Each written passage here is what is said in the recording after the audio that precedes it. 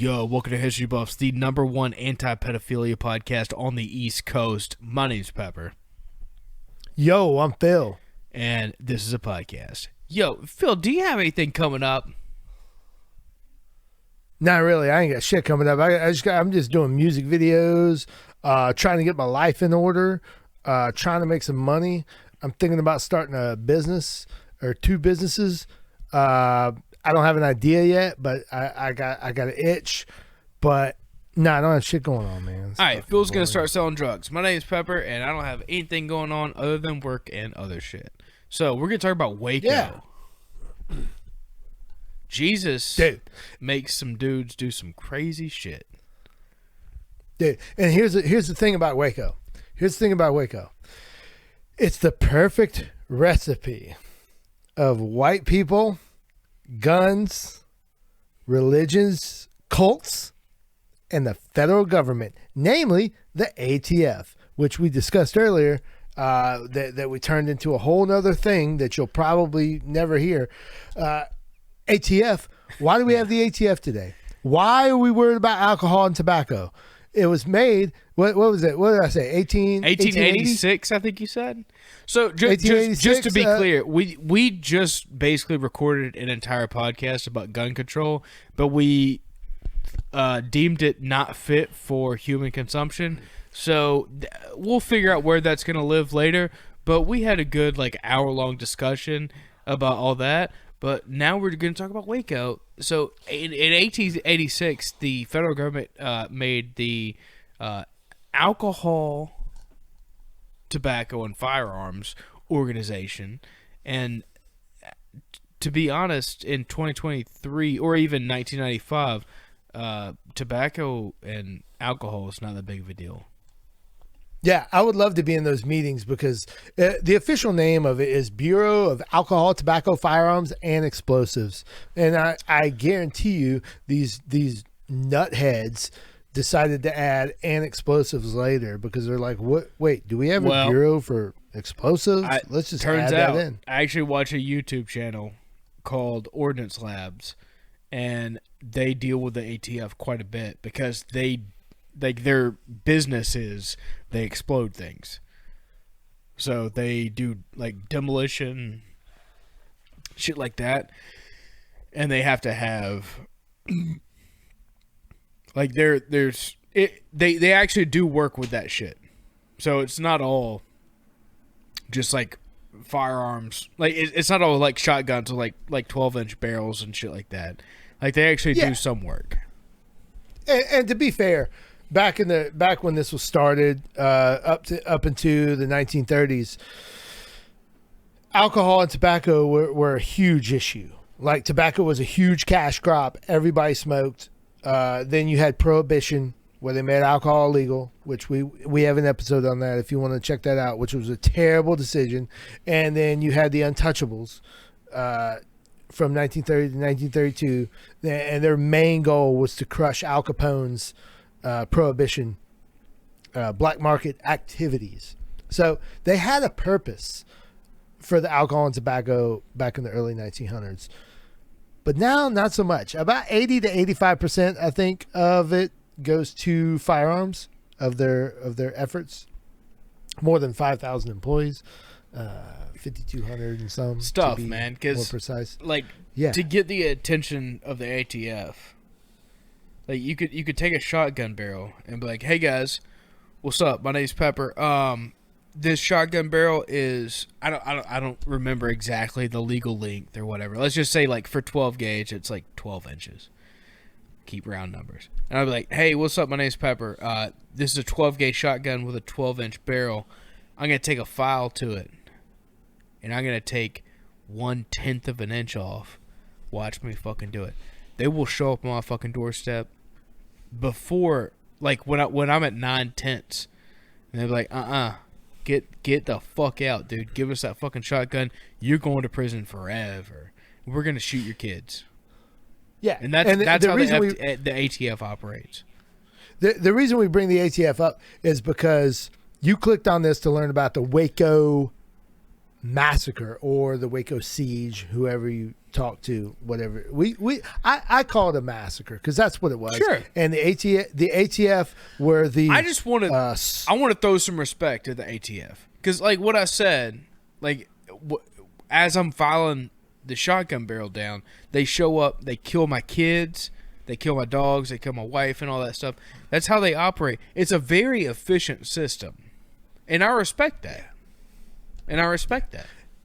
And it's a known thing that they fucked up this Waco situation. They also fucked up Ruby Ridge. That was the other one. I think we have an episode on Ruby Ridge. They also fucked up Timothy McVeigh. Like they.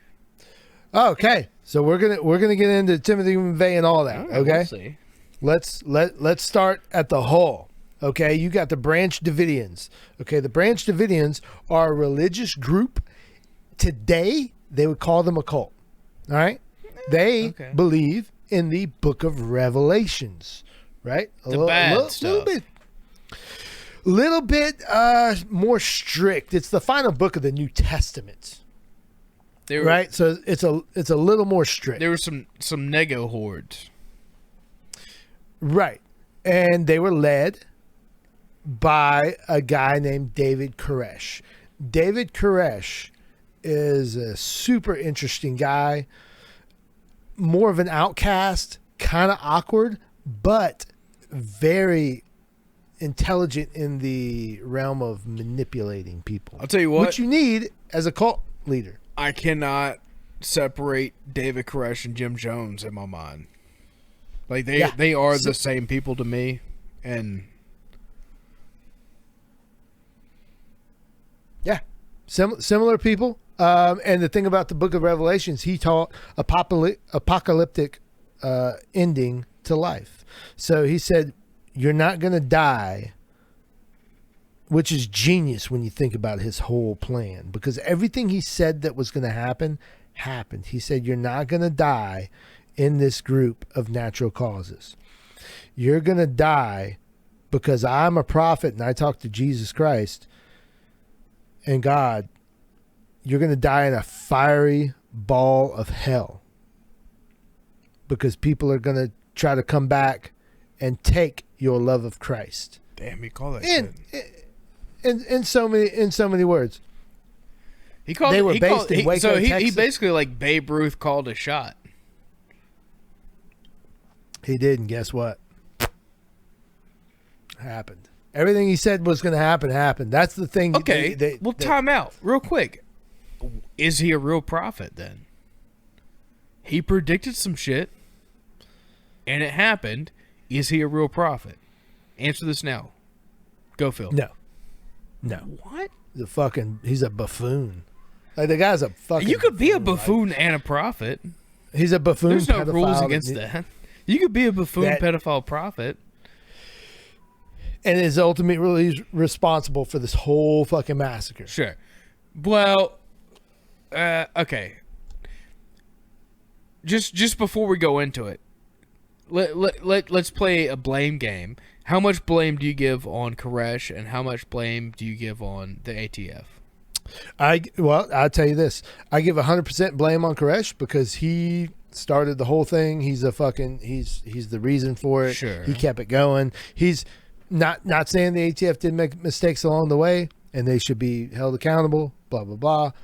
And they did wrong. They did dead fucking wrong. Sure. A lot of mistakes, and I'll name each and every mistake. But David Koresh was doing illegal shit. The ATF had a right to come in. They were stockpiling weapons. But millions of rounds of ammo, Gatling guns, grenades, like big shit. Because they said, the devil's coming. We got to be ready. This Texas. So they go to gun shows. You know Texas. You go to a gun show and fucking get whatever you want. And if you have that many members with that much money. Oh, yeah. You can go fucking and years to stockpile shit. Yeah, and you got a cult where like, oh, you're going to be a member of this cult. You have to give me every piece of your financial everything for life. Yeah, and don't even worry about anything else. I got you on food and like regular shit, but like all your life savings, all of your assets are mine now, and you have that amount of money to buy guns. Right, and years years and years and years to stockpile this shit at a compound 13 miles west of Waco, right? At a place called the Mount Carmel Center compound. It's called a couple different things. So basically what happened, we're not going to get too much into the religious cult thing. Only thing I'm going to say before I say how the ATF found out about the guns and stuff is this particular guy, similar to the Mormons. If you're Mormon, attack me. I don't give a fuck because you're attacking me and not the pedophiles in your own organization. I'll go on a limb and say that. I don't get fuck you. Yeah. Refer you back to our Mormon episode, only 1 or 2 episodes back, where I say Mormons are 99% good people. Okay? Leave it at that. Interesting to attack and then come back and refute. Very interesting strategy. Do you like that strategy? I like now it. they believe, like the Mormons and like other religious sects, that at 12 years old a girl becomes a woman and you can have sex and marry them. Phil, I want to go on record and say I disagree with that. I'll put a marker right there to cut that out. We're not going to do that. No, because somebody could take that and edit it, and I'm I'm ruined. Keep that in. It's I'll facts. never be a we deal congressman. with facts. We deal with facts, and that's what it is.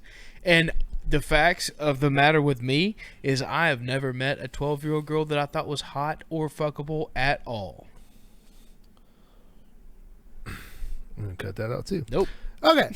So he's doing all this weird shit. Okay. But in America, guess what? You can do that. You can't bang kids, but you can start a cult. I could start a cult. I could get 100 people, bring them into my compound, worship me, do all this stuff, as long as I don't break the law. Here's the problem. UPS/FedEx, I don't know which one it was. Does it matter? It doesn't. Driver was coming up there to deliver some packages, and they were unloading the truck while he was delivering packages, and a couple grenades rolled out of the back of the truck. Some bullets rolled out, and he's like, yo, these are like heavy boxes of artillery and shit. He said something to somebody said something to somebody else. The local police got word of that, plus all the gun shows that they're going to. They're gun enthusiasts. They're training all their people on how to fire guns. They have gun ranges. They're big on guns and weapons, right? So they called the federal government and said, hey, can you send the ATF down here to check this out? Well, they confirmed, like, yo, there's no telling what type of shit that these dudes have.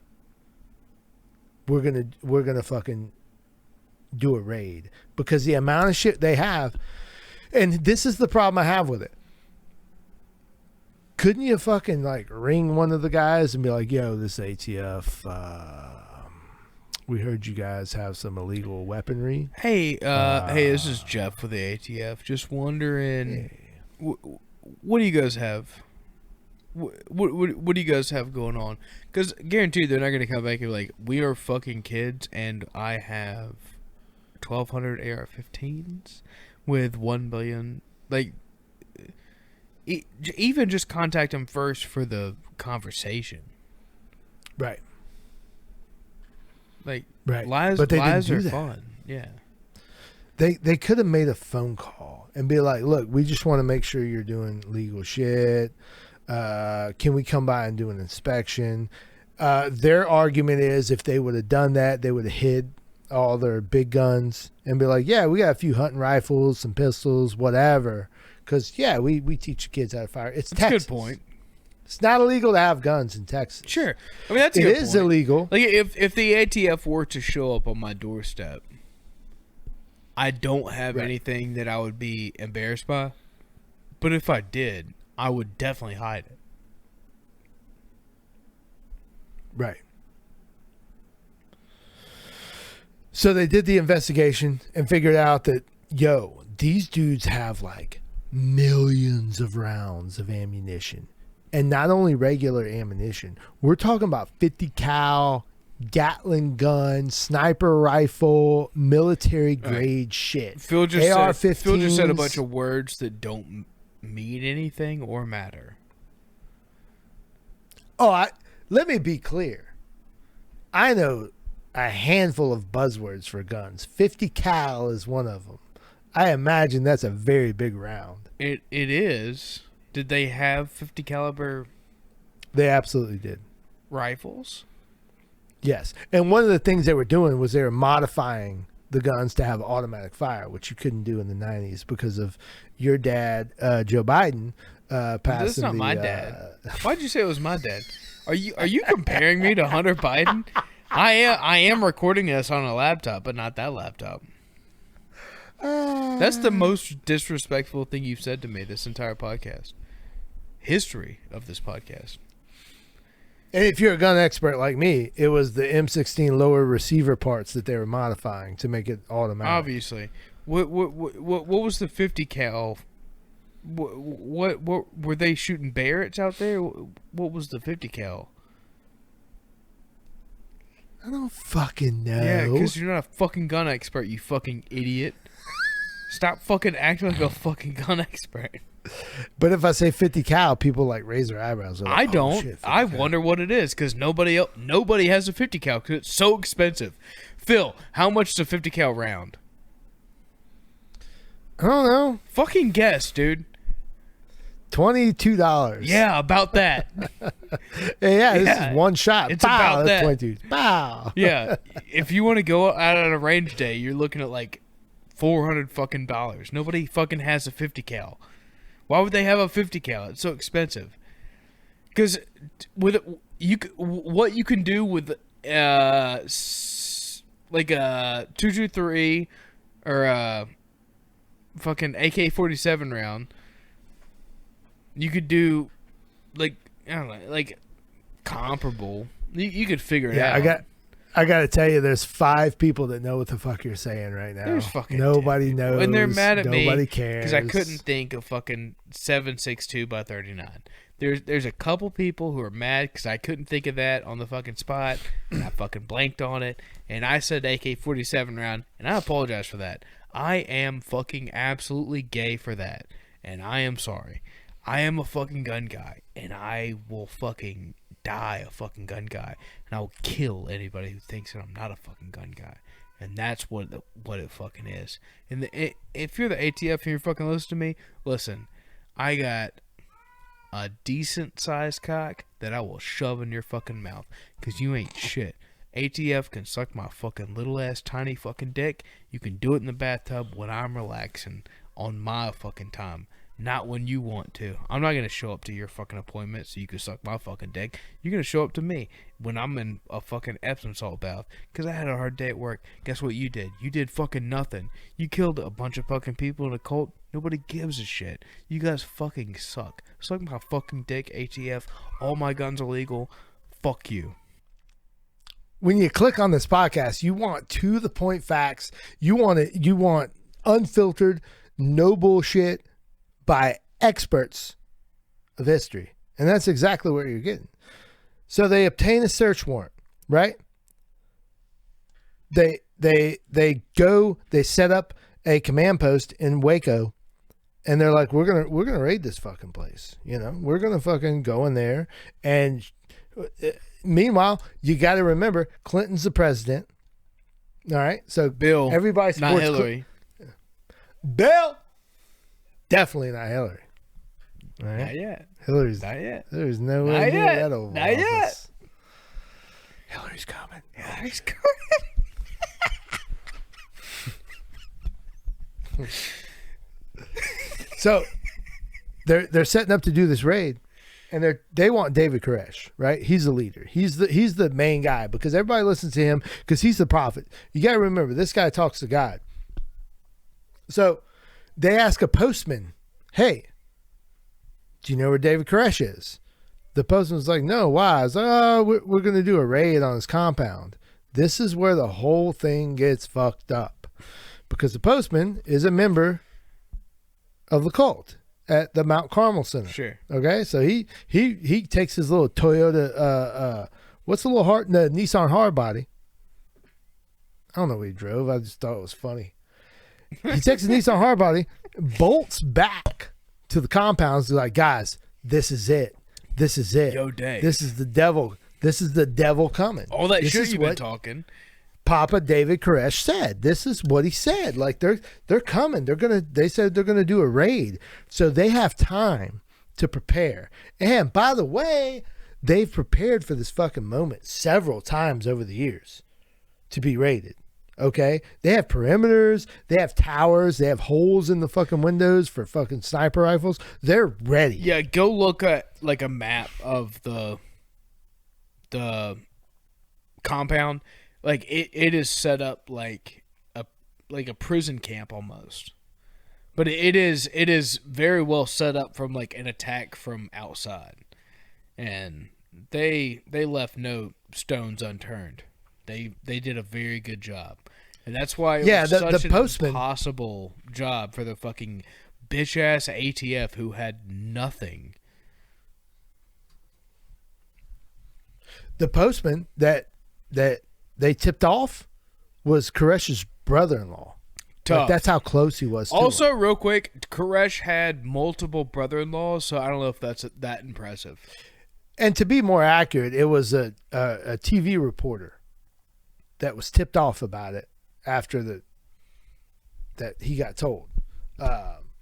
Koresh then told undercover ATF agent Robert Rodriguez that they knew a raid was imminent. Rodriguez, and there's an interview with Rodriguez. You want to talk about a hard motherfucker? This is a hard motherfucker. He's like, yo, we can't raid them. Like, they're prepared. They know we're coming. They're religious. They're not acting within reason. Yeah. They're not like, oh, this is the police. Let's just talk to them. No, we got to stop the raid. Well, the command came down like, we're doing the fucking raid. And they moved in. And they approached the house. And they knock on the door. And they're like, yo, come out. And they got the loudspeaker and everything. Within seconds, it rained hellfire. And this is, by the way, you can go on YouTube right now. This is all on video. Oh, yeah. And it is horrific, the amount of gunfire that went off. Because you got over 100 people inside. Like, that's what we're talking about. We're talking about a compound of over 100 people, over 100 ATF agents that are armed to the gills. And guess what? Got fucking outgunned. Outgunned and embarrassed in front of America. America watched in real time because they had reporters with them. They're like, yeah, come on, CBS News. Come on, NBC. You know, they got all these fucking bushy-haired 90s guys with their stupid big-ass glasses. Apparently, they only made one type of seeing eyeglasses back then. My dad had a pair. That's why I know. Jeffrey Dahmer had a pair. The most famous scene was them putting the ladder on the roof, and you probably remember this. And the ATF agent going in there and looking through that window, and you see behind them on the wall bullet holes coming through the wall. They're shooting through the wall, yeah. And they get closer and closer. And he looks back, and right when he looks back, he goes and gets hit, and fucking runs to the ladder, goes down, lays down. He's on the radio. He's like, guys, I'm shot in the side. I'm bleeding out. Like, y'all got to get here. And you can hear it over the radio. Pop, pop, pop, pop, pop, pop, pop, brrr, pop, pop, pop, brrr. And they're like, yeah, we're coming, dude, but nobody's coming. Like, you're probably going to die. I mean, straight up. Just such a stupid idea to, like, set up a command post. Set up, like, bring in, like, military people to face them. So, like, you're already expecting what they could have done to just alleviate the entire thing is just like have a guy in a fucking suit come knock on the door and be like, hey guys, just a question. Yep. I'm with the ATF. Do you guys have some weird fucking guns that we need to know about or what? Because, I mean, do you really think that even with them being as fucking weird as they were, do you think they would have shot that guy in the fucking head and, like, shipped him back to Washington? No. They're reasonable. I mean, obviously, they're not reasonable people, but they're not as crazy as, like, if you would have started the whole situation like that, the whole outcome would have been way different. Then, like, the first contact with these people is, hey, what's up? I'm dressed in fucking SWAT gear. I'm going to knock on your fucking door, and you're going to fucking answer. And they're like, we have been preparing for this for years, and you know this, and we're not going to fucking answer the door. And plop, plop, plop, you're fucking dead now. And anybody who comes within this area is fucking dead. And they have to... That day? Yeah. It's such a horrible way to deal with that shit. Yes, because it's so dangerous. And several of the Branch Davidian dudes were shot and killed. A couple women. Okay. And these are regular women. These are moms. These are wives, right? And they're just like grabbing a rifle, pointing it out the window because they think that's what they're supposed to do. And a sniper is like, pop, and pops in the head. And they're dead. Yeah. All because of you could have made a phone call. You know what I mean? Or did something and being like, look, this is what's going to go down. We know you have all these weapons. You need to surrender them or we're going to come take them. And then let them make a decision. I don't know. I don't know what the right answer to this is. But that day, 4 ATF agents are dead. All right? I almost don't even want to say rest in peace. Because, like, what the fuck did you think was going to happen? How dare you? They're taking orders. Okay? Yeah, They're taking orders. A lot of them didn't want to go in. Yeah, absolutely. Individual people, it's a tragedy. 100%. But the decisions that were made, it's like, dude, you're lucky to have 4 people killed. Like, that is a blessing to have only 4 people killed in the disaster that you fucking planned. And you knew how bad it was going to be fucking... Because you knew the arsenal they fucking had. You knew the attitude they had. And you still just went forward with it, and you knew what you were fucking doing. Yep. You know how long this shootout went on for? Shootouts don't last long. 6 days. How long? 2 hours. Okay. You know why it slowed down? Because the agents got low on fucking firepower. Oh, yeah. Not the other side. The Colt had plenty. They were ready. They're in their place. So you're talking about trucks and SWAT vehicles with whatever ammunition they had. So after 2 hours, they're like, yo, we got to chill the fuck out. We're running out of goddamn bullets. So the 5 Branch Davidians were killed in the raid. All right. Nearly 6 hours after the 11:30 a.m. ceasefire that they had, because they were. Meanwhile, you got negotiators talking to David Koresh inside, being like, "Yo, chill out," and he's like, "Yo, your guys are still shooting. We're not going to chill out. You came to our land and attacked us. All we're doing is our God-given right and defending ourselves. That's all we're doing." So when you listen to those phone calls, it's like Koresh has got a point. True. You know, like. They're just being attacked out of nowhere. So they were like, yo, we got wounded dudes in there. They're going to die. You got wounded dudes. Let's do a ceasefire and get our wounded out of there. He's like, cool. So the Branch Davidians allowed the ATF dead and wounded to be evacuated and held their fire during the ATF retreat. They did. They absolutely held their fire, and so did the ATF people, because it was that fucking serious. A couple of the guys died later. Several of the wounded of the Branch Davidians died later, although that is disputed because of what happened at the end. We don't know if they died by the gunshot wounds or by the fire that ensued at the end. True. Which is very important that we're about to get to. So if you stuck with us this long, we're talking about a 51-day standoff. Right? And throughout these days, they're like, hey, send us 2 kids in good faith. Send us 2 kids in good faith. So they're sending out every now and then a couple kids, a couple women. And they were like, dude, we don't want no men. Right? Because back in the 90s, it was all about women and children. Probably because, sexism. Titanic rules. Yeah, probably sexism. They're like, what is bad? So they're like sending all these kids. Yeah, Titanic rules, women and children first, like fuck the men. And I was like, dude, take them in. They're the ones shooting at you, So they take all these kids, and these kids are like completely brainwashed. And they're interviewing these kids, and they're putting it on goddamn TV. and I remember this shit. I was 7 years old 13 years when this happened. Okay. I was born in 86. I'll have you know. And I'm watching this shit on TV, and they're interviewing these kids, and they're like, who's the most important person in your life? And they didn't say mom or dad. They're like, God.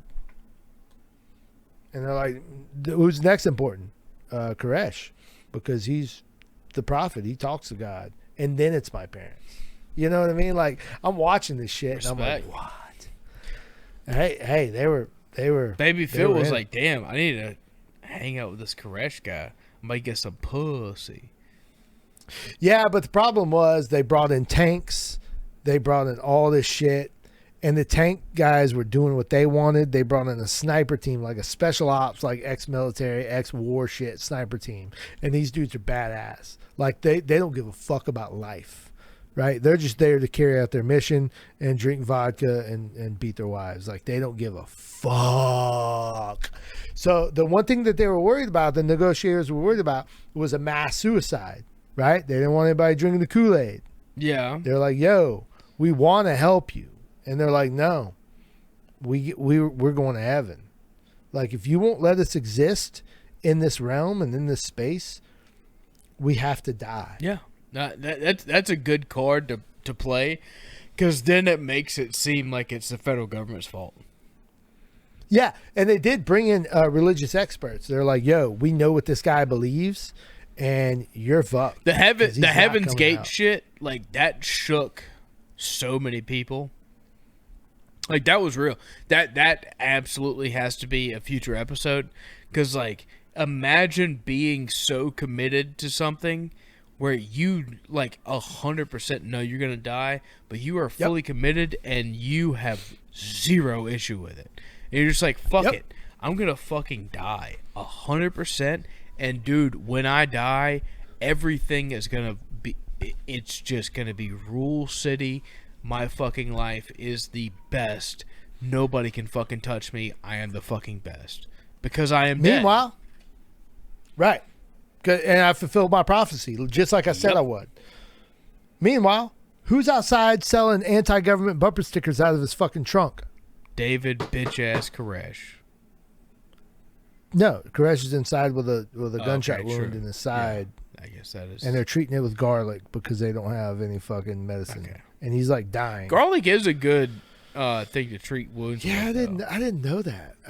They had like garlic stuck up in there. Dude. But the negotiators were trying to tell him, like, if you don't come out and get medical attention, that should get infected and you can die. And all your people, we're just going to come in. A tiny tangent though. I have treated many infections with garlic and it does work. So I'm not saying, like, if you have an infection right now, I'm just saying, like, try it. It does work. Okay. Yeah. But, like, slice it like super thin, like they do it in the Mafia movie, and just tape it to the wound. And just see. Like, try it for a couple days and see how it works. And if you don't see results, then I'm a fucking liar. Who gives a shit? But I'm telling you, it worked for me. So check it out. Good to know. Who's outside selling anti-government bumper stickers out of their trunk?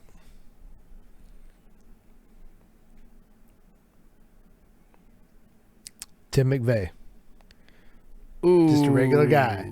Just a regular guy. Nobody knows who he is. He's like, man, fuck the government. Buy this anti-government. We hate Bill Clinton. We hate the government. Anarchy stickers. Like, he's selling stickers. And guess what? He's making some cash. Like, he's doing well. He's doing well. Imagine. God damn it. Like, shit like this, like, knowing history like this, I wish I was like a 21-year-old at this time, and I could just show up and beat the shit out of Tim McVeigh and call him a faggot and just completely take him off his course of doing all the horrible shit that he was going to do. Nobody would know about it. I know. You'd just be charged with a hate crime. I know. But, man, I wish. Yeah, and the problem with what decisions happened after this was had to do with the newly appointed, and there's a problem with having a newly appointed Attorney General, Janet Reno. Remember that ghastly woman? ghastly. I remember the woman. name. Don't remember how. Yeah, I don't remember anything else. Oh, I implore you to Google Janet Reno and get a look at that specimen. Well, Will looks Ferrell. don't matter because it's all about policy, Phil. Well, the thing was, she was appointed to be tough. She was tough as fucking nails. Okay. So she gets a report, right, of this dude that's marrying 13-year-old girls and has a stockpile of weapons. So she gives the order like, hey, we need to show some force, right? We're going to show some force. So the final siege on this compound was, quote, this is not an assault, but it was. They're going to bust holes with their tanks and their backhoes into the fucking building, and we're going to shoot tear gas in them into the building, and they're going to run out, and we're going to arrest everybody, and everybody's going to go home happy because we've been here for 51 fucking days. Everybody's tired. Nobody wants to be here. It's an embarrassment on America that this one compound of religious nuts are able to hold us off for this long and kill this many people. We look like fools, right? So they come up and they start tearing up the building and shooting tear gas inside there, and they're like, come out. And the snipers are ready. They're like, they're not coming out. And everyone knew at that point. Even the religious guys were like, these people are ready to die. And they're like, well, we have their kids. They're like, we have a bunch of their kids. Don't they care about the kids? No. All they care about is their kids going to heaven. That's all they don't. This life is temporary. They're not worried about They're it. playing a video game. Right? So they're literally destroying the place. So all the people are getting fucked up by tear gas. I don't know if you've ever experienced tear gas, but it's terrible.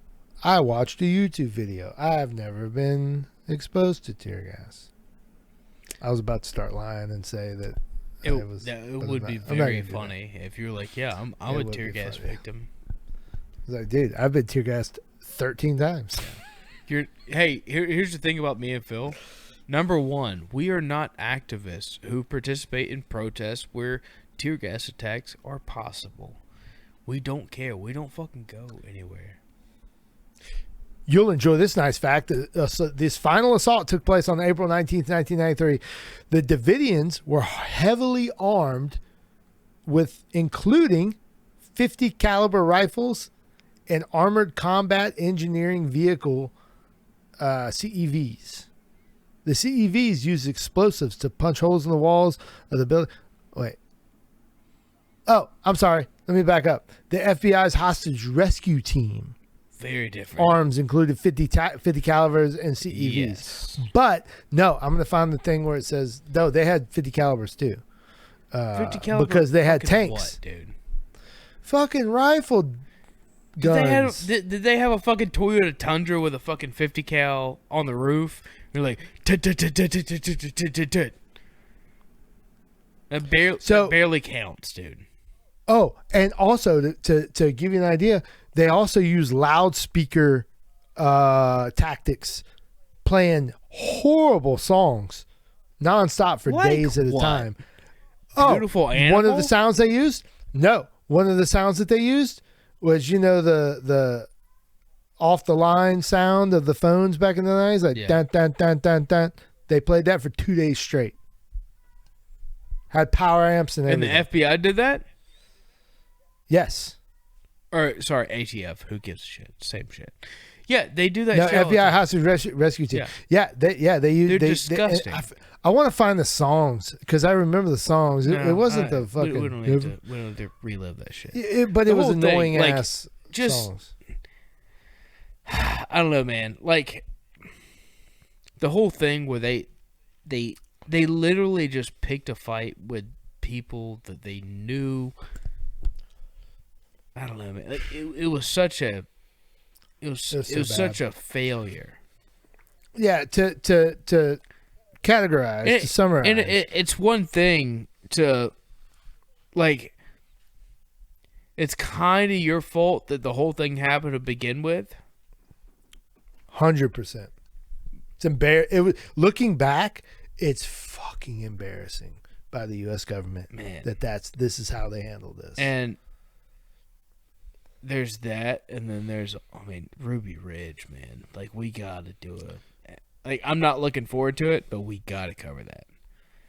It is one of the most brutal and tragic and fucking horrible things that the U.S. government has ever done, and that's probably not true because there's a lot of war shit they've done that who the fuck knows, but man, it is so bad. Like, as far as like targeting American people, man, it's rough.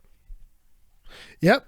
So basically, while they're doing this tear gas assault, 3 fires were simultaneously started.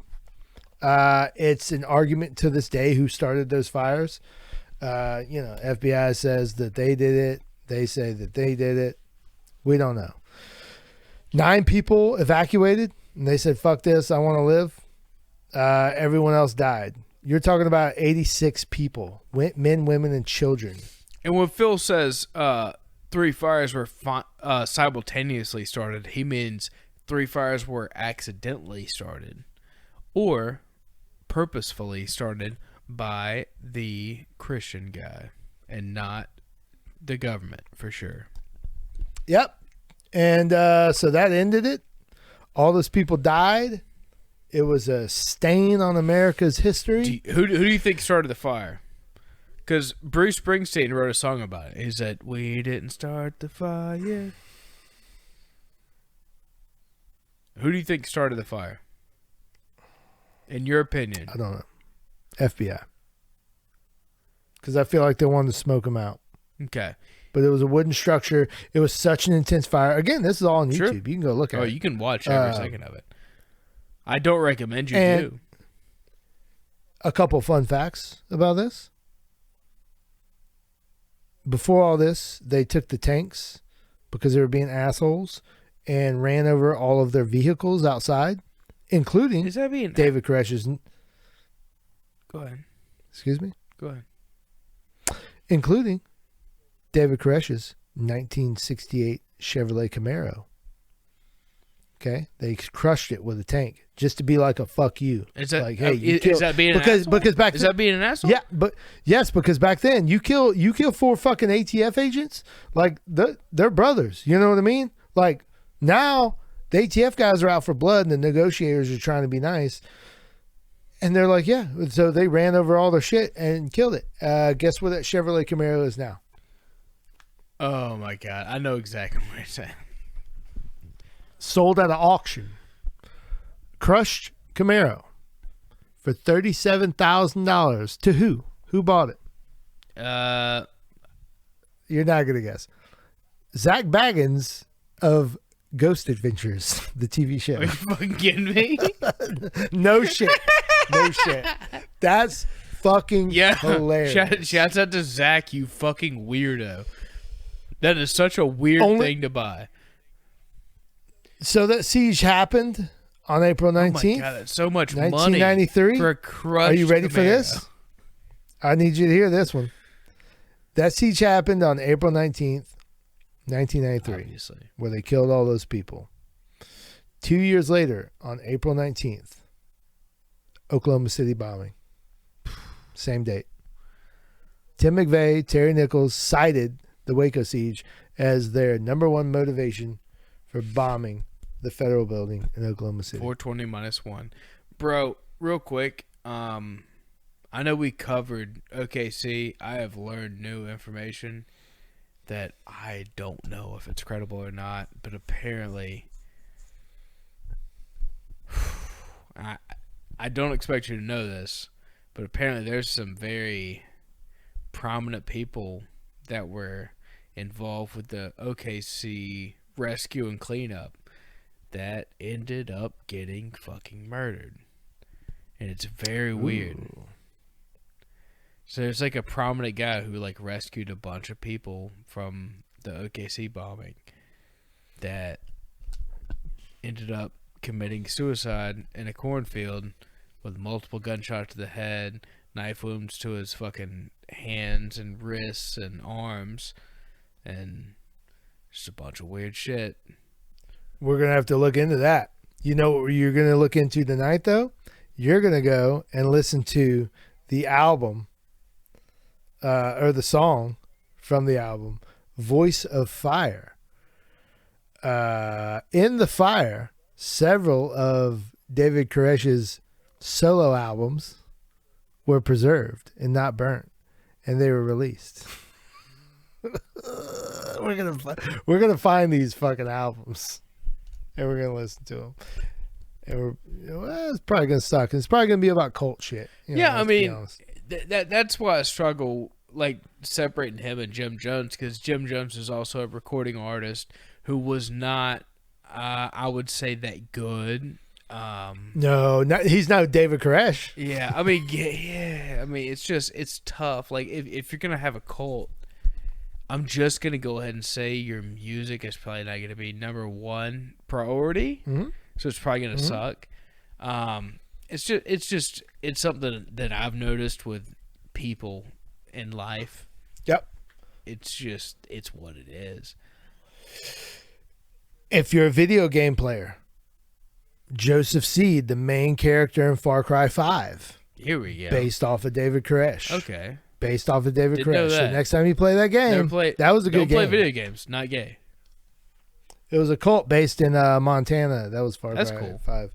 But it was based. Yeah, it was based on them. Several movies. There's a documentary on Netflix. Is really good. Really goes in depth. Really good footage. But that's it. That's the Waco siege, guys. We fucked up as a country. We got to do better. I apologize. Maybe just a phone call. I don't know. I'll say right now, I apologize. I mean, it's tough. I don't know, man. It's tough because they were definitely fucking kids, right? 100%. Okay. Well, I don't know. And that's the tough thing. Like, I don't know if I want to apologize to a pedophile, but like, also, man, damn, that's a tough situation to be in.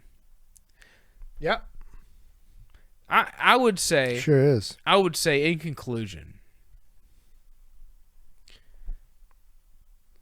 don't. That's an M1. That's an M1 Abrams tank. That is an M1 Abrams tank. That's a pretty sick picture. If they had M1 Abrams that is tanks, actually like, pretty fucking that's how sick.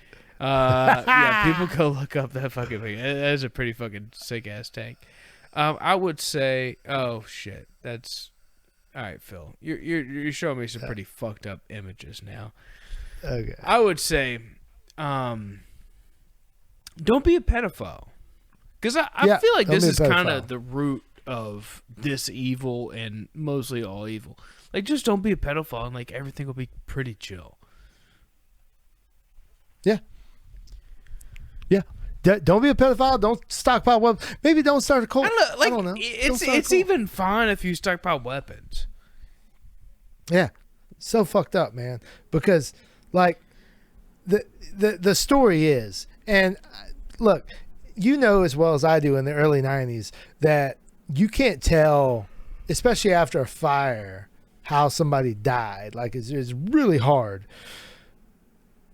The remaining Branch Davidians that were killed in the fire were either buried alive by rubble, suffocated, or shot.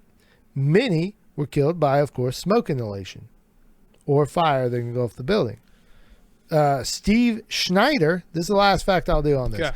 Steve Schneider, Koresh's top aide, shot and killed David Koresh and then himself. In all, 76 people died. And they couldn't bring fire trucks in because of all the ammunition firing off in the fire. Sure. Because it was too dangerous. And there was a bunker where they kept everybody in, that they wouldn't let anybody leave. That's the story. And they succumbed to fire and smoke inhalation. That's why the kids were in the bunker. And it's like, we don't know if that's true. And they absolutely died from smoke inhalation. And my God, what a way to go. Yeah. What a way to go. Terrible. And the kids are thinking the whole time, because David Koresh is like, dude, we're all going to burn alive. That's how we're going to die, because that's God coming back. The kids are juiced and on they all it. believe They're like, that. fuck yeah, we're going to burn alive. And it's like, nobody... So you can only imagine. Nobody should ever be like, fuck yeah, we're going to burn alive. You can only imagine what's going through People should always be like, oh no, we're going to burn alive. And that's how we're going to end the podcast is. if there's a hell, hopefully David Koresh is in it. Yep. Because he calls us. And as many mistakes as the ATF made, David Koresh calls us. Sure. If you enjoyed this episode, please sign up for patreon.com/historybuffs228 or email us at historybuffs228@gmail.com. If you want a shirt, email us. We'll send you a shirt. Pepper, you got anything? I just want to say recently somebody called us unhinged, and I don't know if I appreciated that, but I respect it. I'm okay with that. Because we aren't hinged. We give you straight to the point fucking history. I don't we hit you with facts. I don't adhere to a fucking hinge. I swing whatever the fuck way I fucking want to. I don't need a hinge to tell me which way to fucking swing. There's no rules here. There's no rules. Just right. Outback Steakhouse, that's the fucking podcast.